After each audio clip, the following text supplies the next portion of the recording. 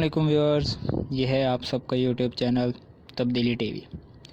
اسلام میں میوزک کو حرام قرار دیا گیا ہے، لیکن ابھی سابقہ امام کعبہ کے بیان نے تمام امت مسلمہ کو حیران کر دیا ہے۔ آخر انہوں نے ایسا کیا کہا ہے کہ پورے عالم اسلام سے سوال اٹھنے لگے ہیں؟ یہ جاننے کے لیے یہ ویڈیو آپ کو لاسٹ تک دیکھنی پڑے گی۔ شیخ عادل القبانی، جو کہ سابقہ امام کعبہ ہیں، ابھی ریاض کی ایک مسجد میں امام ہیں، انہوں نے اپنے حالیہ انٹرویو میں کہا ہے کہ موسیقی کے آلات اور گانا حرام نہیں ہے۔ انہوں نے حضور پاک صلی اللہ علیہ وآلہ وسلم کی ایک حدیث کا حوالہ دیتے ہوئے کہا ہے کہ پیغمبر کی اہلیہ حضرت عائشہ رضی اللہ عنہا نے دیگر دو ہمسایہ خواتین کے ہم گیت گایا تھا۔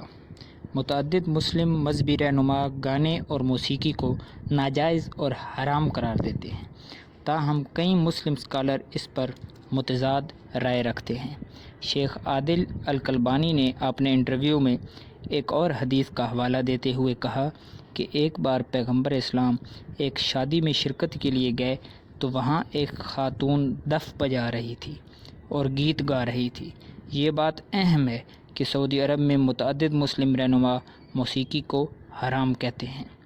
اس سے قبل شیخ القبانی نے 2010 میں ایک فتویٰ جاری کیا تھا جس میں موسیقی کی اجازت دی گئی تھی، تاہم بعد میں وہ اس فتویٰ سے پیچھے ہٹ گئے۔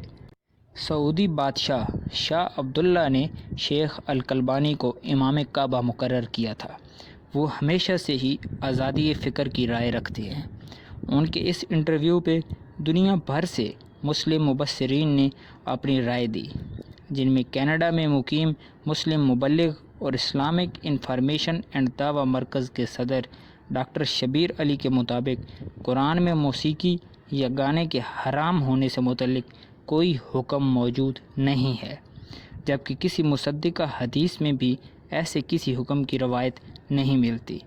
انہوں نے کہا کہ ماضی میں مسلم دنیا میوزک کو حرام سمجھتی رہی ہے، تاہم قرآن و حدیث اس معاملے میں کوئی واضح حکم نہیں دیتی۔ پاکستان سے تعلق رکھنے والے مسلم دانشور جاوید غامدی کا بھی موقف ہے کہ موسیقی کی حرمت کے لیے قرآن میں کوئی سند نہیں ملتی۔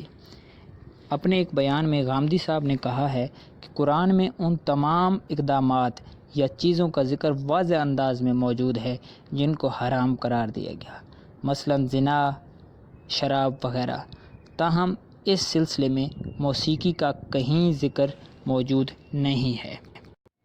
دوسری جانب مسلم رہنماؤں کا کہنا ہے کہ قرآن میں تو موسیقی کے حرام ہونے سے متعلق کوئی واضح یا دو ٹوک حکم موجود نہیں ہے، تاہم بعض روایتیں بتاتی ہیں کہ موسیقی سے دور رہنے کا کہا گیا ہے۔